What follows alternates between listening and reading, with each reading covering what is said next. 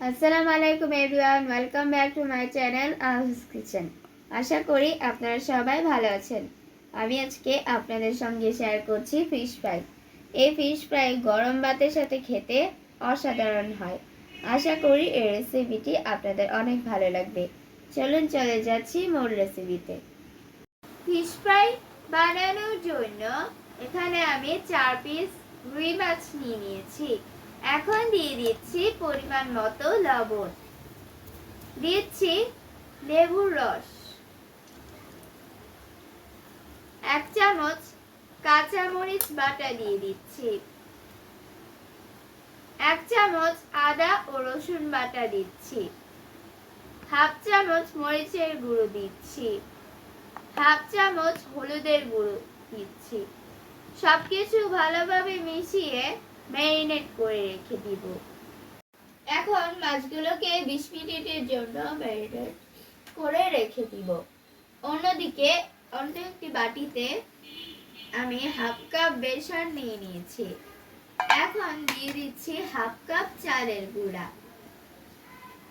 1 চামচ কাশ্মীরি লাল মরিচের গুঁড়ো দিয়ে দিচ্ছি, 1 চামচ মরিচের গুঁড়ো, 1 চামচ ভাজা জিরার গুঁড়ো দিয়ে দিচ্ছি, 1 চামচ ভাজা ধনিয়ার গুঁড়ো দিয়ে দিচ্ছি, সামান্য লবণ দিয়ে দিচ্ছি। একটা কাঁটা চামচের সাহায্যে এগুলোকে খুব ভালো করে মিক্স করে নিব। মাছের কুটিং এর জন্য এরকম শুকনাই ভাবেই এটাকে রেখে দিব।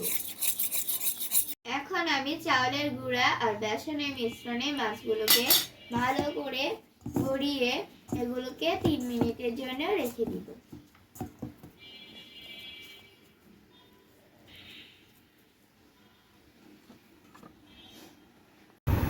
3 মিনিট পর মাছগুলো এরকম হয়েছে।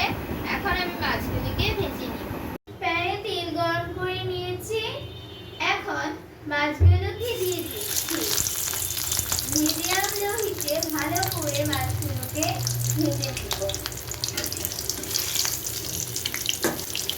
মাছগুলোকে এভাবে গোল্ডেন ব্রাউন কালার করে ভেজে নিয়েছি।